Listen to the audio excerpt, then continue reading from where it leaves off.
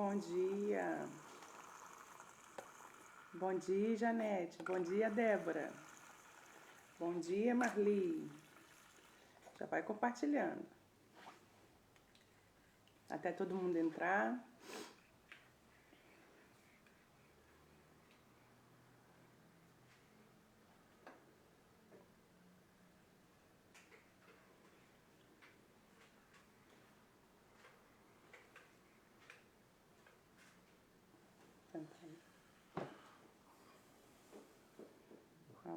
Bom dia.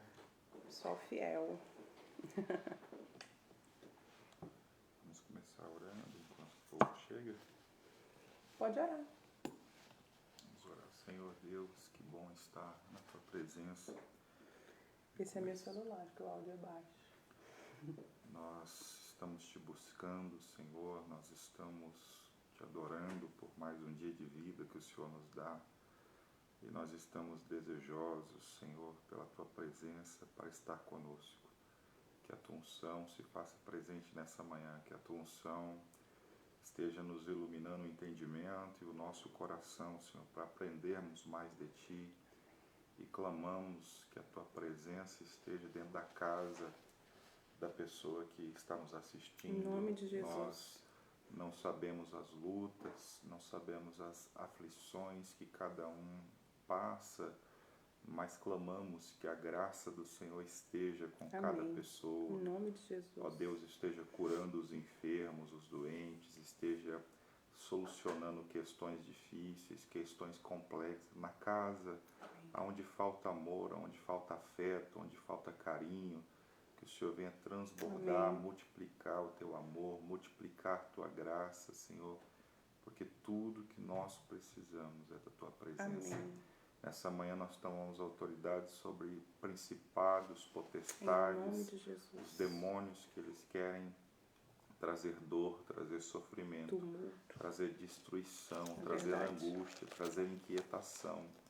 E nós ordenamos a paz do Em Senhor nome sobre de a Jesus. família. Sobre cada E família, o que Senhor. quer que Satanás queira trazer sobre as famílias, aqui representadas que oram conosco, nós repreendemos Em no nome nome de de Jesus.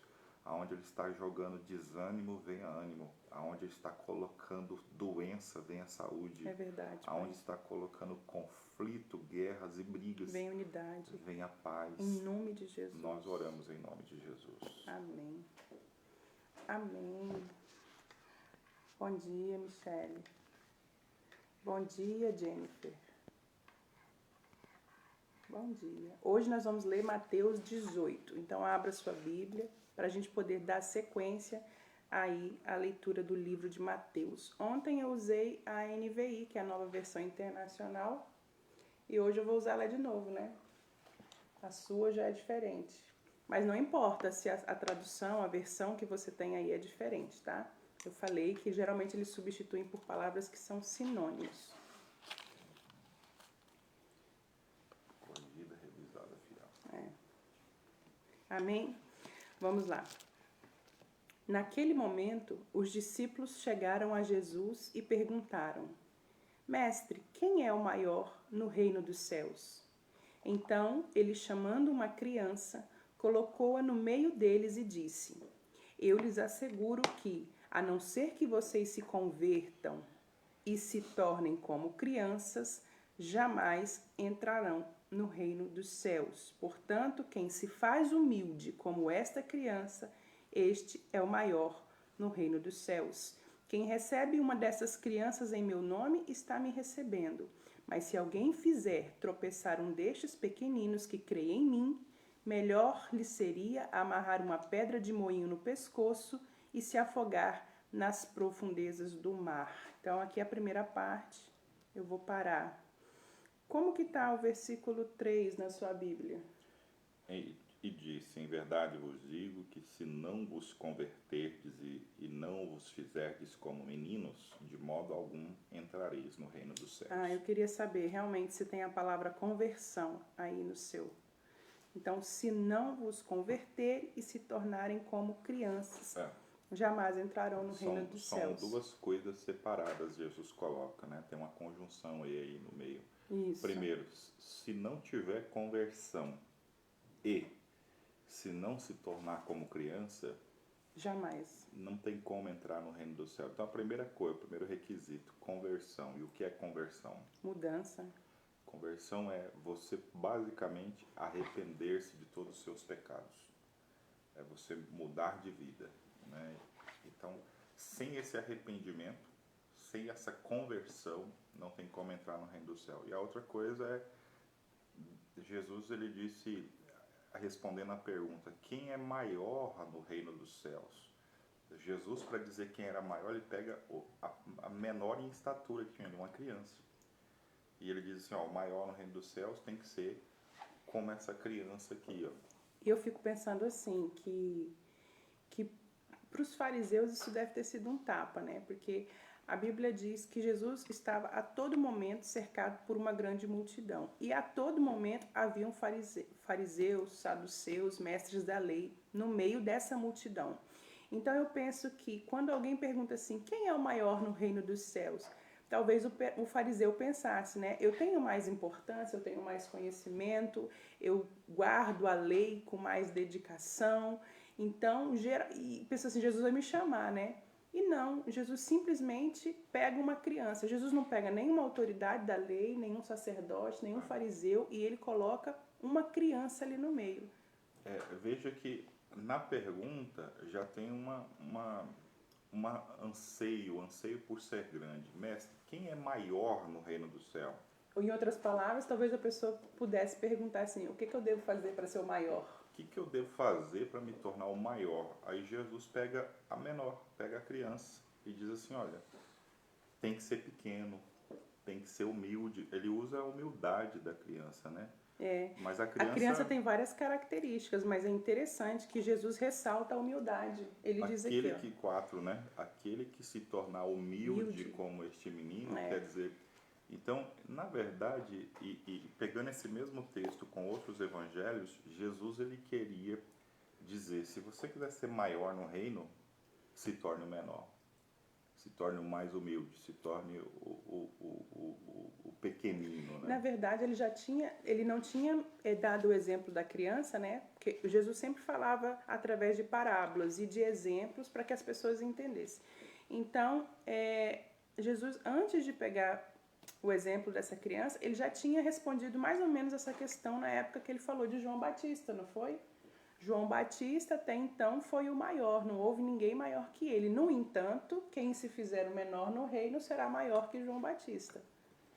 Então, Jesus estava dando esse exemplo aqui para as pessoas a respeito de como se tornar o maior no reino dos céus. E a gente pode também olhar outras características, né, que a criança tem, além da humildade. Por exemplo, uma criança, ela é espontânea. Verdadeira, sincera. Ela é sincera, ela é verdadeira nos seus sentimentos, não é? Quando você quer ir a algum lugar e você quer levar a criança, se ela não quer ir, ela diz, eu não quero ir. Se você dá algum tipo de comida nova para ela e pergunta, gostou? Ela já responde, não gostei, gostei. Então ela é muito sincera e verdadeira. Dependente do pai para tudo. Dependente do pai, exatamente. Chora com facilidade. Confia também de todo o coração no pai, na mãe. Então, Jesus estava querendo dizer, a criança ali, ela pode nos dar exemplo de como devemos ser no reino dos céus, né? Para a gente poder ter uma ideia daquilo que nós estamos sendo ou não, se compararmos. Criança também tem facilidade em perdoar.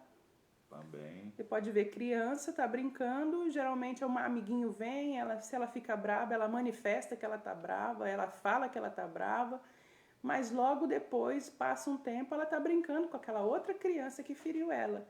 Então... Criança é pura. Criança é pura. Então é isso que Jesus está falando. Que todos nós temos que ter. 7. Ai do mundo por causa das coisas que fazem tropeçar. Então Jesus estava falando assim, ó... ninguém faça tropeçar um desses pequeninos que creem em mim. E aí Jesus faz uma comparação muito, muito dura. Ele diz assim, ó, melhor seria se amarrasse uma pedra de moinho no pescoço e afogasse nas profundezas. E ele continua falando a respeito de fazer tropeçar. Ele diz assim, ai do mundo, no versículo 7, por causa das coisas que fazem tropeçar. É inevitável que essas coisas aconteçam, mas ai daquele por meio de quem elas acontecem. Na sua versão, se eu não me engano, ele está usando a palavra escândalo, é isso? Escândalo. Então, Ai do mundo por causa dos escândalos. Por causa dos escândalos. É mister que vem os escândalos, mas ai daquele por quem... Ai do homem por meio do qual vem o escândalo. E aí Jesus, ele continua dizendo assim, ó, a solução é essa aqui, ó. Se a sua mão ou o seu pé te fazem tropeçar, corte e jogue fora. Aí você fala, meu Deus, é uma atitude muito radical. Mas Jesus está falando do pecado. Se existe algo na sua vida que te inclina, que te conduz para o pecado... Só um pouquinho, pastora. Desculpa interromper. O que é esse escândalo que Jesus está falando? Ai daquele por meio do qual vem o escândalo, pode fazer tropeçar uma criancinha, melhor seria nunca ter nascido. Um exemplo simples para explicar. Um estuprador, por exemplo, que rouba a inocência, macula a vida de uma criança, marca a vida de uma criança para sempre, ele tá violando. Ele tá cometendo um escândalo. E ele está fazendo tropeçar uma criança, né? Hoje já está provado, né, mostrado por várias pesquisas, que as pessoas que desenvolvem homossexualidade, muitos casos, teve abuso na infância. Então você coloca uma marca que desvia a criança do caminho para sempre. Melhor seria uma pessoa dessa nunca ter nascido. Quer dizer, o juízo de Deus sobre um homem que faz uma criança tropeçar vai ser um juízo muito grande. Mas esses escândalos, né, ai daqueles por meio do quais vêm os escândalos. Eles podem ser também muitas outras coisas. Adultério, tipo pastores... Eu acho que é todo escândalo que rouba a pureza de uma criança. Se Jesus estava dizendo que os adultos precisam ser puros como as crianças, então ele diz assim, ai de quem os faz tropeçar, seja adulto, seja criança. Se alguém puro, daqueles que creem em mim, né, sofrerem com os escândalos de outros, essa pessoa que escandalizou será devidamente punida. É mais ou menos o que Jesus está falando. Então, quando ele fala do pecado, qual que é a solução? Ele está dizendo assim, ó, se a sua mão ou o seu pé te fazem tropeçar, corte e jogue fora. É melhor entrar na vida mutilado ou aleijado do que tendo as duas mãos ou os dois pés e ser lançado no fogo eterno. E novamente Jesus faz aqui referência ao inferno. E o seu olho o fizer tropeçar, arranque e o jogue fora. É melhor entrar na vida com um olho só do que tendo os dois e ser lançado no fogo do inferno. Então Jesus está dizendo assim, ó, você precisa ser radical com o pecado, porque senão o pecado vai ser radical com você. O pecado vai fazer você gerar um escândalo. Por quê? Porque você vai estar embaraçado com o pecado.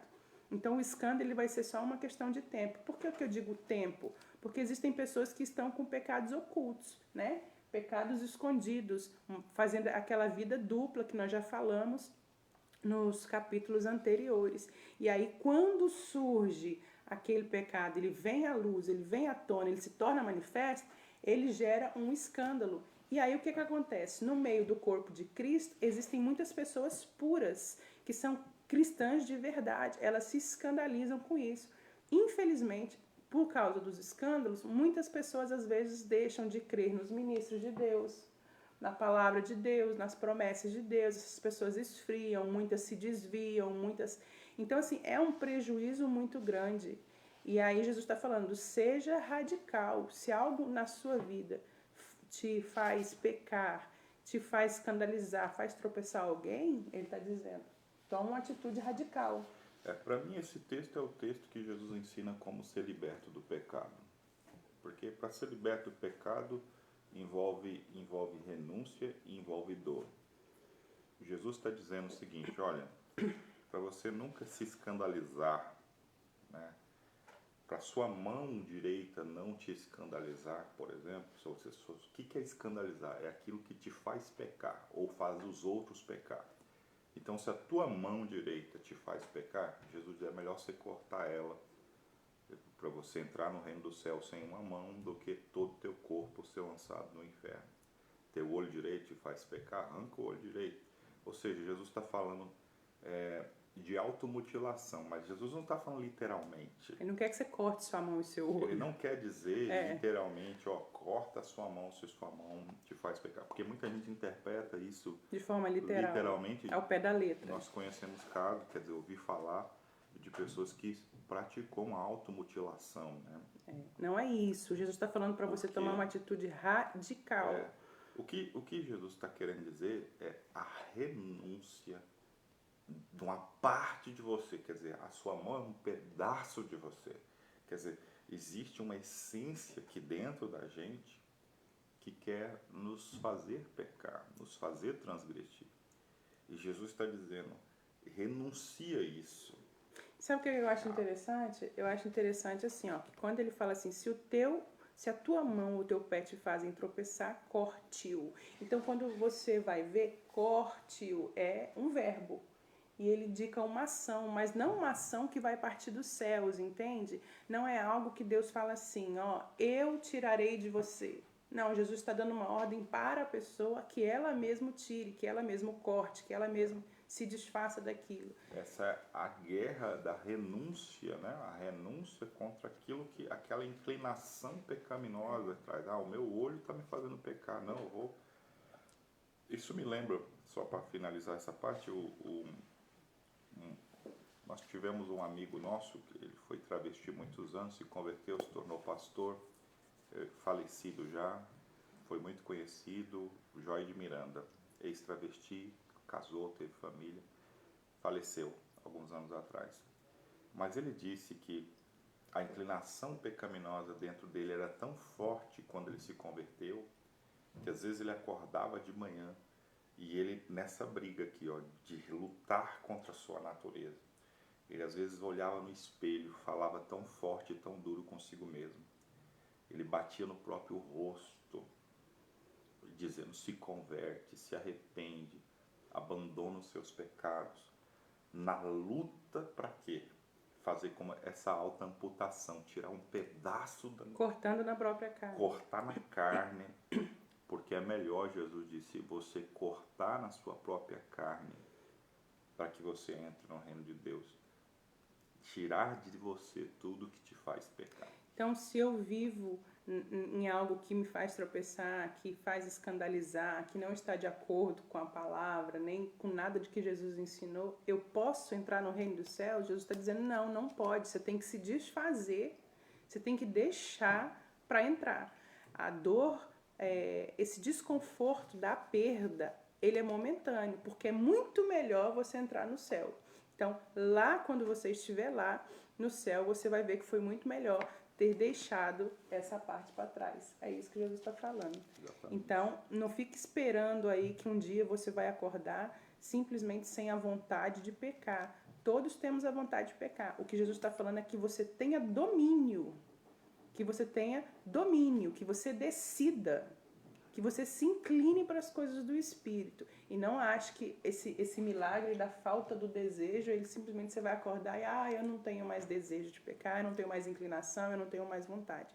O próprio apóstolo Paulo já dizia, bom dia, Marli, é uma guerra constante da carne contra o Espírito. E você precisa se posicionar e se inclinando para as coisas do Espírito. Versículo 10. Cuidado para não desprezarem um só destes pequeninos, pois eu lhes digo que os anjos deles nos céus estão sempre vendo a face de meu Pai Celeste. O Filho do Homem veio para salvar o que se havia perdido. Jesus continua falando das crianças. Esse versículo é uma curiosidade, né? A Bíblia fala que sem santidade ou sem pureza ninguém vai ver Deus. E os anjos que cuidam de crianças são anjos tão puros, a criança tem um coração tão puro, que esses anjos contemplam a face de Deus. É o que diz o versículo 10, né? Ele fala, não despreze nenhuma das crianças, porque os anjos que no céu sempre... Porque os seus anjos no céu sempre veem a face de meu Pai que estás no céu. Então, são anjos que tão puros que conseguem contemplar o rosto de Deus, os anjos que cuidam de crianças, né? Eu acho interessante, depois em casa você pode ler o Salmo 15 que Davi escreveu. que lá ele fala também, né, no primeiro versículo. Quem habitará no teu tabernáculo? Quem habitará no teu tabernáculo, quem morará no teu santo monte. E uma das primeiras características que ele descreve aqui é quem é íntegro na sua conduta, pratica o que é justo e tal, mas tem uma versão que vai falar assim, aquele que é puro de coração. Puro de coração. Né? Então é endossando aquilo que Jesus já está falando aqui. Você vai ver, a Bíblia eu já expliquei, elas são vários livros e todos eles se conectam entre si e não se contradizem. Então, é outra referência bíblica dizendo que a pessoa precisa ser pura de coração. Lembrando que a gente leu o sermão das bem-aventuranças Da montanha. de Jesus, por exemplo, ele vai dizer, bem-aventurado os puros os de coração, limpos de coração, porque eles verão verão a a Deus. Deus. Isso é Mateus 5:8. Ou seja, para ver Deus tem que ser puro de coração. E aqui os anjos que cuidam de crianças são Veem a tão face de puros Deus. que eles veem a face de Deus. Amém. 12. O que acham vocês? Se alguém possui 100 ovelhas e uma delas se perde, não deixará as 99 no monte e irá procurar a que se perdeu? E se conseguir encontrar, eu garanto que ele ficará mais contente com aquela ovelha do que com as 99 que não se perderam. Da mesma forma, o Pai de vocês, que está nos céus, não quer que nenhum destes pequeninos se perca. Né? A parábola das ovelhas mostra o amor de Deus, né? O amor de Deus que, tipo, eu tô com 100 ovelhas aqui, mas, tipo, sai uma fora do aprisco, ele vai, larga tudo para ir atrás daquela, e quando ele atrás, a alegria da ovelha perdida voltando para o aprisco é maior do que pelas 99 que já estão lá. Ou seja, Deus é um Deus tão amoroso, tão agregador, que ele vai atrás. Ele está sempre indo atrás do homem perdido. É Deus, verdade. eu digo assim, pastora, Deus vai mais atrás da gente do que a gente atrás de Deus. Mas tem um versículo que fala que é Ele que nos atrai. É Ele que nos atrai. Por exemplo, você está aqui nessa madrugada, acorda madrugada. Ninguém pode vir a mim se o Pai não trouxer. Isso, João 6,44, eu acho. Você está aqui porque de alguma forma o Espírito de Deus te atraiu para estar aqui. O Espírito de Deus planta dentro de você um interesse por aprender mais da palavra de Deus. Ou seja, é o bom pastor indo atrás da gente. Nós somos essa ovelha perdida voltando para o aprisco. Até a gente chegar no céu, nós somos essa ovelha perdida que o bom pastor está sempre indo atrás da gente. Sempre atraindo, sempre falando, sempre cuidando. Ele vem sempre ao nosso encontro. E quando a gente sai do aprisco, se suja, se enche de carrapicho, ele ainda vai atrás. Ele vem, ele coloca nos ombros, ele limpa os carrapichos e depois coloca ali. Ele é o bom pastor. Ele é o bom pastor. 15. E se o seu irmão pecar contra você, vá, nós estávamos falando desse texto essa semana, né? Disciplina e perdão. Vá e a sós com ele, mostre-lhe o seu erro. Gente, é muito interessante essa passagem que nós vamos ler. Eu vou pedir que vocês se atentem muito ao que Jesus vai ensinar aqui, porque isso aqui é um ensinamento para a gente aplicar no nosso dia a dia. Né? Ele está falando assim, alguém errou com você, vai e chama essa pessoa à parte e conversa com ela e explica para ela que ela errou com você. É Repreende-o entre ti e ele só. Chama a parte, é só você e a pessoa. Se te ouvir, ganhaste teu irmão. Ó. Isso aqui é por quê? Você sabe que alguém errou contra você. Jesus não recomenda você sair rádio pirata, sair... não vai pra vizinha, não vai pra outra pessoa, entendeu? Ficar falando mal pro colega de trabalho, não. Ele tá mandando você procurar a pessoa a sós e conversar com ela a sós a respeito do que aconteceu. Jesus manda a gente tentar resolver os nossos conflitos sem exposição demais da pessoa que pecou, inicialmente. Jesus não tem interesse em fazer como faziam os fariseus, onde a pessoa era apanhada em ato de adultério e era apedrejada por uma praça pública. Só que tem uma ordem aí, né, do que ele manda fazer. Então, assim, essa primeira atitude que você tem que ter. Aí, olha o que ele continua dizendo. Mas... Se ele não ouvir, então leve consigo mais uma ou duas testemunhas, não é isso? De modo que qualquer acusação seja confirmada pelo depoimento de 2 ou 3 testemunhas. Então, esse é o segundo passo. O primeiro, você chamou ele à parte para conversar. Ah, mas ele não deu ouvido. Ah, não se arrependeu. Ah, foi relutante. Ah, foi duro. Permaneceu na ofensa, permaneceu no erro. Então, ele está dizendo, agora você vai levar 2 ou 3 testemunhas. E vai conversar com essa pessoa na frente dessas 2 e 3 testemunhas. Isso, esse é o segundo estágio. O segundo, ainda assim, 17, se ele se recusar a ouvi-los, então conte à igreja. E se ele se recusar também a ouvir a igreja, então trate-o como um pagão ou publicano. Exatamente. Aqui está falando de irmão? Sim, se teu irmão, seu irmão, irmão da fé, né? Ele está pecando contra você, primeiro estágio, conversa pessoalmente com ele, tente mostrar para ele o erro dele, tente estabelecer ali uma relação para restaurar o irmão. Se ele ouviu, bem, se não, chama outras 2 testemunhas. Isso aqui, na verdade, tá mais restrito ao corpo. A igreja, tá? né? Irmão. Não que se você tem alguma igreja, então já é outro ambiente. Mas aqui Jesus está falando sobre como tratar o pecado. A raiz do problema aqui é pecado. Se teu irmão pecar contra ti. Isso. Então, assim, quando a pessoa é do mundo, te roubou. Estamos falando de ímpios, de pessoas não cristãs, elas estão pouco se lixando para pecado. Sim, né? E a Bíblia diz que o Deus desse século segue o entendimento dos incrédulos. Então, muita coisa é feita ali na, como é que fala? Na cegueira espiritual, na pessoa tá perdida. Isso. Agora, irmão, não. Então, aqui nós estamos tratando de pecado. Bom, tem pecado, você viu seu irmão pecar, mas ele pecou contra você. Então, o que é um pecado contra você? Ele roubou. Te roubou, ele te prejudicou, ele te deu um nó. Tá dando em cima do meu marido, da minha mulher. Esse tipo de coisa. Primeiro, fulano, está acontecendo isso, se arrepende, você está pecando, você está transgredindo. O irmão aceitou a disciplina. Ótimo, nem precisa escalar o problema para mais ninguém. Nem precisa chamar mais ninguém. Agora, o irmão não se arrependeu, não tomou postura. Aí já tem que chamar mais pessoas maduras, pessoas de Deus, mais 2, e levar o problema. O irmão ali está pecando contra a minha vida, está dando em cima da minha esposa, ou sei lá, está fazendo alguma coisa. Você me ajuda a conversar com o irmão? Leva 2 testemunhas e conversa com o irmão. Irmãozinho, você está pecando aqui, não está descuidando isso e isso. Se em última análise ele rejeita a repreensão Que você fez a sós.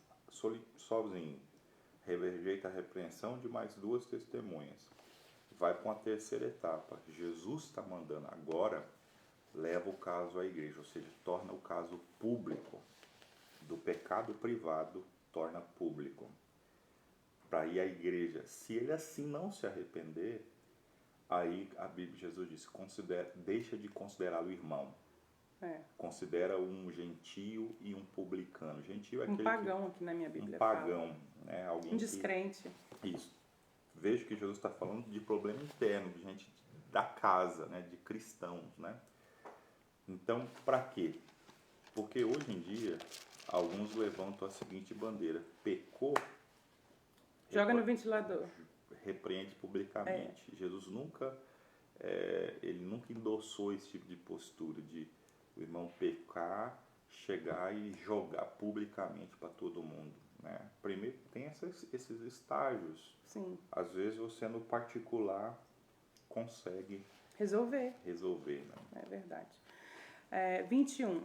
Então Pedro aproximou-se de Jesus e perguntou: Senhor, quantas vezes deverei perdoar a meu irmão quando ele pecar contra mim? Até 7 vezes? Jesus respondeu: Eu lhe digo, não até 7, mas até 70 vezes 7. Por isso, o reino dos céus é como... Aí ele vai contar uma parábola, né? Então, aqui, o que Jesus quer dizer? 70 vezes 7 dá 490 vezes, né? Não errei a conta não, né? Acho que é isso. Dá 490 vezes. Então, ele está dizendo assim... Acho que tinha um evangelho que falava assim, no dia, né? No dia, até quantas vezes no dia, né?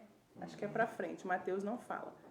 Mas imagina você pensar assim, eu tenho que perdoar 490 vezes. Então, assim, não é uma conta matemática que Jesus quer que você fique contando ali a quantidade de vezes que você perdoa. O que ele está querendo dizer assim, ó, perdoe quantas vezes for preciso. Não é isso? Exatamente. Perdoe quantas vezes for preciso. Mesmo que seja mais de uma vez, mais de 2 vezes, mais de 3 vezes. É isso. 23. Por isso o reino dos céus é como um rei que desejava acertar as contas com seus servos. Quando ele começou o acerto, foi trazida à sua presença uma pessoa que lhe devia uma enorme quantidade de prata. Como não tinha condições de pagar, o Senhor ordenou que ele, sua mulher, seus filhos e tudo o que ele possuía fossem vendidos para pagar a dívida. O servo prostrou-se diante dele e lhe implorou: tenha paciência comigo e eu te pagarei tudo. O senhor daquele servo teve compaixão dele, cancelou a dívida e deixou ir. Mas, quando aquele servo saiu, ele encontrou um de seus conservos, que lhe devia 100 denários. Agarrou, começou a sufocá-lo, dizendo: paga-me o que deve. Então, o seu conservo caiu de joelhos e lhe implorou: tenha paciência comigo, eu te pagarei. Mas ele não quis. Antes saiu e mandou lançá-lo na prisão até que ele pagasse a dívida. Quando os outros servos, companheiros dele, viram o que havia acontecido, eles ficaram muito tristes e foram contar ao seu senhor tudo o que havia acontecido. Então o senhor chamou o servo e disse: servo mau, eu perdoei toda a sua dívida porque você me implorou, mas você não devia ter tido misericórdia do seu conservo, assim como eu tive de você? Então, irado, o seu senhor o entregou aos torturadores até que lhe pagasse tudo o que devia. Assim também, olha só, Jesus está falando, da mesma forma, assim também, lhes fará quem? Meu Pai, olha só. Meu Pai Celestial, se cada um de vocês não perdoar de coração seu irmão. Lembra na sua versão 35? Assim vos fará também meu Pai Celestial, se do coração não perdoardes cada um a seu irmão as suas ofensas. Do coração não perdoardes as suas ofensas. Então, o que Jesus está querendo dizer? A parábola, explicando a parábola, né, pastor? Sim. Nós lemos uma parábola que mostra 2 servos. Um devia uma dívida, aí ele pegou, implorou e foi perdoado dessa dívida. Só que esse mesmo homem que foi perdoado tinha um servo dívida, também. Tinha um outro que o devia. Quer dizer, ele recebeu o perdão da dívida dele, mas vem um outro que o devia e ele não perdoou o outro. Muito pelo contrário, entrega ele à prisão. Ele foi rigoroso demais com aquele outro que também o devia. E daí, aquele que havia perdoado, né, esse homem, ficou indignado. Ele ficou sabendo, puxa, eu perdoei a dívida dele. Só que ele tinha um outro e não perdoou a dívida do outro. Aí ele falou, quer saber? Em vez de eu te dar o perdão que eu tinha te dado, agora eu vou te dar castigo, eu vou te mandar para a cadeia, você vai ser açoitado por verdugos, porque eu fui misericordioso com você, mas você não foi misericordioso para com aquele que você devia. E o último versículo dessa parábola diz que Deus vai fazer a mesma coisa conosco. Ou seja, Deus nos dá o perdão e Ele espera que igualmente a gente perdoe os nossos devedores ou ofensores. Se a gente decide não perdoar, se nós somos implacáveis demais com aqueles que nos ofendem, com aqueles que nos devem, com aqueles que, enfim, têm alguma dívida conosco, Deus está dizendo que igualmente também será implacável conosco. Para completar, o irmão de Jesus, Tiago, ele diz o seguinte: a misericórdia e o juízo será sem misericórdia para com aqueles que não usaram de misericórdia. Ou seja, Deus espera que a gente tenha um coração sempre perdoador, um coração sempre benevolente para com as pessoas, para que Ele também seja bondoso, misericordioso conosco. Aqui em casa, ele tem um hábito, ele me fez refletir sobre algo que eu nunca tinha pensado, né? Aí acabei que eu peguei o mesmo hábito. Ele diz assim: você vai emprestar algo para alguém, alguém te pediu um dinheiro emprestado, né? Você emprestou. Aí ele pergunta assim: vamos supor que acontece alguma coisa e essa pessoa não pode te pagar. Você vai ficar com raiva dela amanhã? Aí eu digo: eu vou querer receber meu dinheiro? Sim ou não? Isso, o fato dele não me pagar amanhã vai fazer com que eu rompa a amizade com ele ou que eu vire a cara para ele? Ou que eu comece a tratá-lo de forma indiferente, ou que eu passe a sentir um ódio, como diz o povo, um ranço, né, dele. Tudo isso eu tenho que pensar antes de emprestar. Eu digo assim para ela. Porque ele diz assim, se for para ser assim, não empresta. Eu falo Agora, assim, se emprestar e acontecer da pessoa não conseguir te devolver, perdoe. exatamente, eu falo assim, amor, vamos emprestar o dinheiro para fulano? Eu falei assim, vamos. Se essa pessoa não tiver condição de pagar, a gente tem capacidade de perdoar? Se a resposta for sim, emprestamos tranquilo. Agora, se a resposta for não, aí é melhor não, não é? Para quê? Porque Deus não quer que a gente tenha um coração rancoroso, um coração ressentido. A gente sempre andar com um coração leve, né? E isso aqui também, esse ensinamento de Jesus, já é para endossar o que ele ensinou na oração do Pai Nosso. Quando ele diz assim, Porque se não perdoardes aos homens as vossas ofensas, tampouco o vosso Pai Celestial perdoará as vossas. Ou seja, olha que coisa tremenda, né? Deus espera que, para nós recebermos o perdão de Deus, Deus espera que sejamos nós perdoadores. se você pega o texto que nós acabamos de ler, diz que o primeiro que devia uma enorme quantidade de prata. O segundo devia só 100 denários. E um denário era o tipo de moeda de prata na época que equivalia à diária de um trabalhador. Então pensa, o que foi perdoado primeiro devia muito, mas muito mais do que o segundo. Então a dívida dele era gigantesca, a ponto de que o homem falou: vou levar sua mulher, seus filhos, seus bens, tudo que você tem. Então era muito grande a dívida dele. Era impagável. E ele impagável. E ele foi perdoado. Agora ele pega alguém que está devendo muito menos do que o que ele devia. Então, ou seja, o perdão que ele recebeu foi muito grande. E algo que é muito menor, uma dívida muito menor que tem com ele não consegue perdoar. Muito pelo contrário, ele é implacável, ele é sem misericórdia. Posso contar um testemunho sobre isso, rapidinho? Pode. 2 minutos. No início do ano, na virada do ano, eu tomei um prejuízo, né? Até alguém que era pastor, né? Lá de Porto Alegre, não é daqui de Chapecó, pra vocês não associar ninguém. E, enfim, e ele acabou eu sofri um prejuízo não previsto, que pedi para ele fazer um trabalho, esse trabalho não ficou bem feito, daí prorrogava e nisso eu fui perdendo dinheiro, ele pedia mais dinheiro, enfim, e a coisa não foi se enrolando. E eu tinha 2 opções, ou eu entrava em litígio, né, entrar em guerra, briga para requerer meu dinheiro, brigar com ele, ou eu tomava o prejuízo e perdoava em frente. e pagava outra pessoa para fazer o serviço. Eu não tinha dinheiro naquela época, mas eu tomei a decisão. Eu não quero carregar peso, porque estava aquela coisa aflita, estava aquela coisa angustiante. Assunto que não se resolvia. Era um assunto, eu falei assim, quer saber? A paz vale mais. Deus lá na frente me dá dinheiro, eu sofro dano agora, lá na frente Deus me restitui. E eu liguei para aquele pastor e falei: pastor, está perdoado, se você quiser restituir voluntariamente parte do prejuízo que eu estou tomando por sua conta, você me restitua, senão eu te perdoo, não precisa me dar nada.